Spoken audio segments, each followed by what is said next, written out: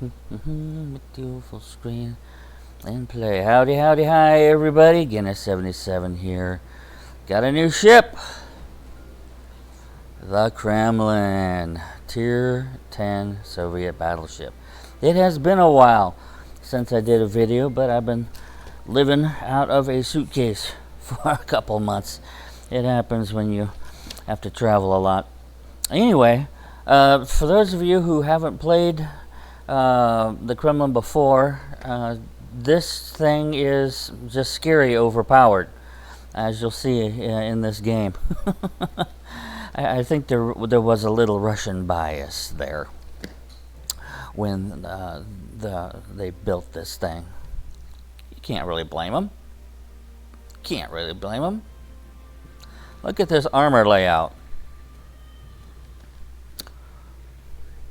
150, 475, 254, 550. Even the backsides of these things are heavily armored. 508. Man, that's incredible. And look at this. 150 on top, 410, 430, and 70. But there's more. There's more. Loaded to water. Good, good, good. On top of that, you've got some extra.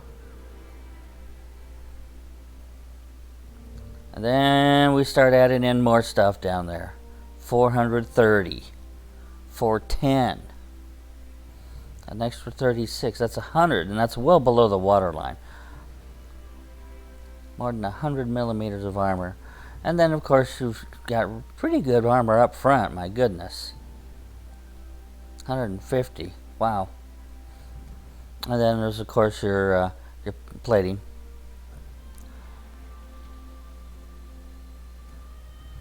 Alright, and you see her hit points there, 1083, or 1083, which that's actually the highest that you'll find of any of the Tier 10 battleships. The lowest is the Conqueror at 82.9. Oh man, big difference. Her artillery, main battery, 9 457 millimeter shells. But look at that reload time, 29 seconds with 30.4 second 180 degree turret rotation and a 260 dispersion. Now these numbers are a little bit tweaked because I've already modified the ship. That's really good guns. She scores a 97 overall. The Republique is 100, and so is the Yamato. No, actually, I think the Yamato was a 91. Maybe I'm wrong. Anyway, these guns are scary, but look at this down here. 45% chance of starting fires. 45% chance of starting fires. That's really good. The Conqueror and the Republic can beat it, but only by 3%. Big damage also from her AP. 8% chance of starting fires on her secondaries. 130 millimeter guns. That's pretty darn good.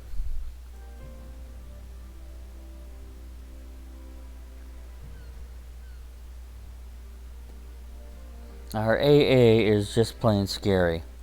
100. 100. That's, I think that's the highest score of all the Tier 10s. I might be wrong. Her short range guns have a 70% chance of hitting. Her mid range, 75% chance. And her long range, 75% chance. That's just amazing. Priority AA sector, you can see what that does. Holy mackerel. 135% improvement.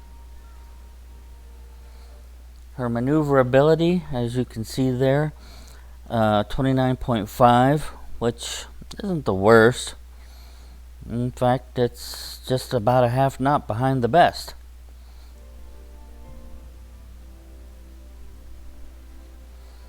Turning circle's not that good. The rudder shift, that number I tweaked it with some ship mods and some captain skills. You'll see it. But I had to get that down to 30 seconds because the ship would just be considered lumbering without it. But quite honestly, that doesn't matter. Her concealment by sea, 17 kilometers with a gun range of 20.7. And even after you fire the guns, you're only going to be spotted at 18.1. So you basically got a 1.9 kilometer zone that you can stealth fire from. Granted, at that range, your dispersion is going to suck. You're not going to want to be at that range. You're not. You're going to want to push in because at closer range, this thing's just devastating. You can see the consumables there. Pretty common. Now, upgrade the ship the way you play the game. I chose these because of the way I play the game. I knew I liked to push in close, so I went with auxiliary armaments. You don't need magazine mod 1. Do not waste it on a battleship. I really did consider main armaments mod 1, but nope. Go with the secondaries. This one is a no-brainer. This is a highly armored battleship. You do not need propulsion mod 1 or steering gears mod 1. You might need steering gears if you catch a torpedo in the rudder, but otherwise that's not going to happen. Damage control is the way to go.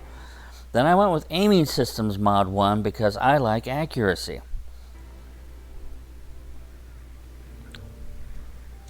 There's the steering gears mod that I told you about. Propulsion mod 2 is really good. You might want to use that if you like cruiser play or fast battleship play. Target acquisition I went with. I want to know where my enemies are. And main bad mod 3 I went with because I wanted better reload and better traverse.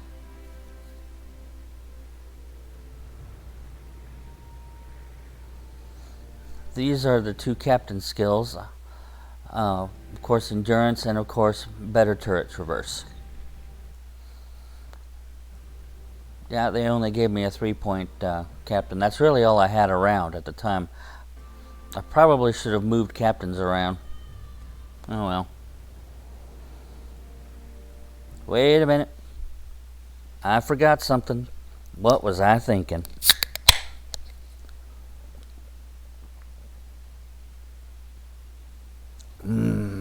Much better. A minute for the fun. So let's get this thing outfitted. I'm going to take her into battle and show you what she can do.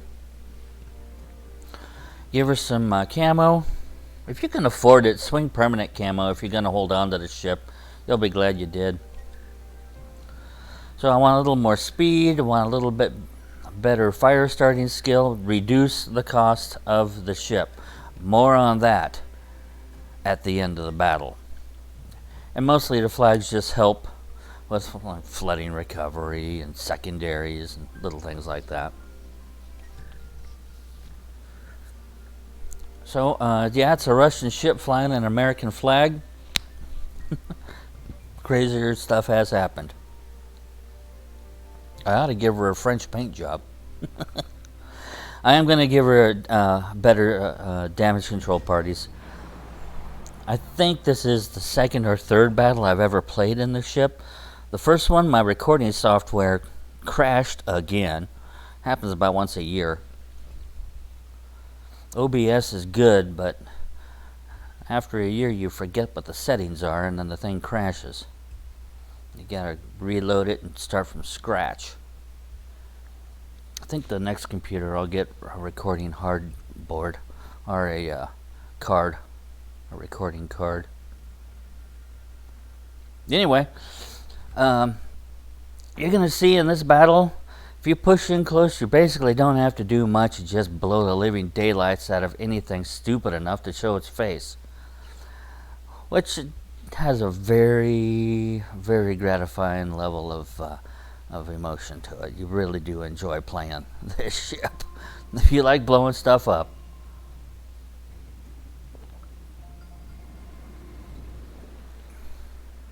You will want to stay somewhat angled against other Tier 10 battleships. You go up against another Kremlin, or you go up against the Grover Curve first, or especially the Yamato. I don't know if the Yamato can pen you nose on with those 19s, but with the amount of armor up front, you're going to have a really good chance of bouncing those shells.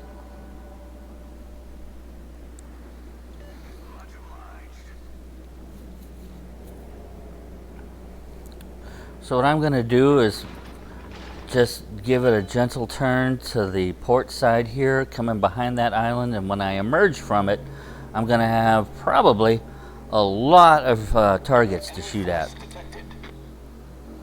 If there are any enemies going into sea, they'll have a nice shot at me. It looks like there's one. Well, I know it's a destroyer. Why do I want to waste my ammo shooting at a destroyer, but there might be nothing better to shoot at. Boy, he's taking his sweet time. That battleship's turning faster than he is. Alright, we'll look around. Alright, I'll give it a whirl. First salvo of the game. If you turn the volume up, that salvo sounds so cool. Missed. Rats. But if you get the Kremlin, remember, turn up the volume, because those guns just sound wicked. I'll try.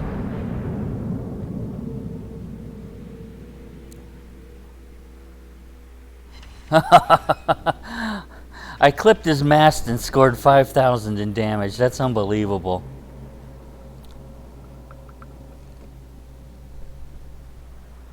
He ain't so quick to come out now. So I'm going after that battleship that's following. And 3 overpens. Wow. 1 ricochet. Once you get the ship up to speed, she moves pretty good. Alright, here we go. Oh, yeah. There's a $10,000 salvo. 46,000!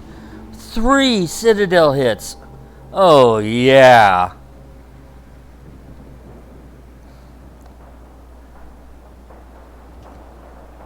Well, the enemy's just coming to us.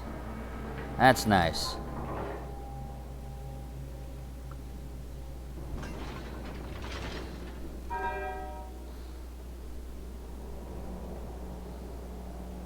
Okay. Oh, that was behind him, I bet. No. 10,000. I should have gotten the kill on that one. Rats.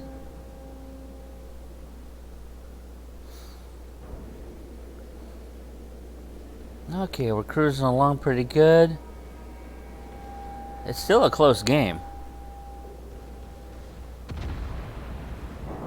Yeah, might as well go for this guy. He's broadside. Shouldn't be broadside to me, pal. 20-something thousand. So I'm going so fast, I gotta get on the brakes, or I'm gonna go behind another island.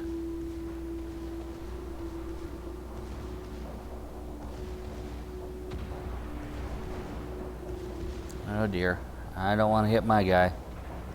Boy, he's pushing in close. Yeah, that guy's broadside. He's better. Better target when they're broadside. Ah, rats bounced off of him.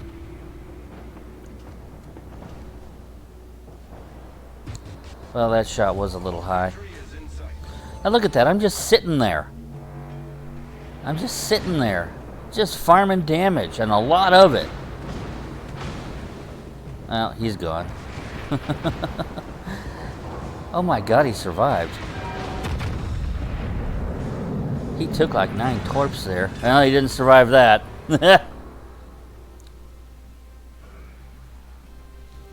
So, 3295 experience, 121,000 in damage, sunk 1, 3 sits. Took 3rd. That's fine. I'm not going to go through the individual numbers. You can stop the vid and look them over and figure out what they mean. Should have waxed that Hindenburg. But this is what I wanted to show you at the end of the vid. This is an expensive ship to run. Look at the, if I were not on premium time. Big difference there. Even when you're on premium time, this is an expensive ship. You're not going to make any money on it. Well, not any real money. You might get lucky once in a while and have a really good game. But otherwise, get ready to spend some money in silver playing this ship. You'll have to go down to lower tiers and make some more. Make some more silver to pay for this ship. Congratulations, you purchased the Congo.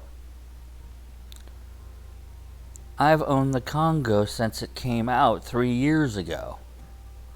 I own both of them, in fact.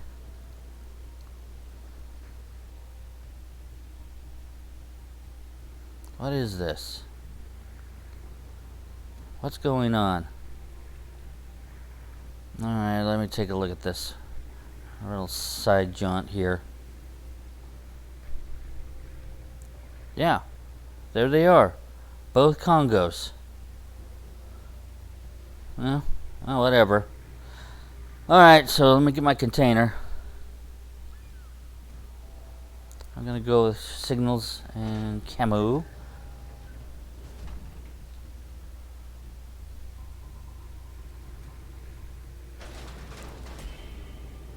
That's cool. Pretty common. So, that is the Kremlin. You get to just basically pound everybody into dust. And it's fun. It's got good speed, decent maneuverability, and amazing armor and amazing AA. That's it. Thanks for watching. Stay safe and have fun.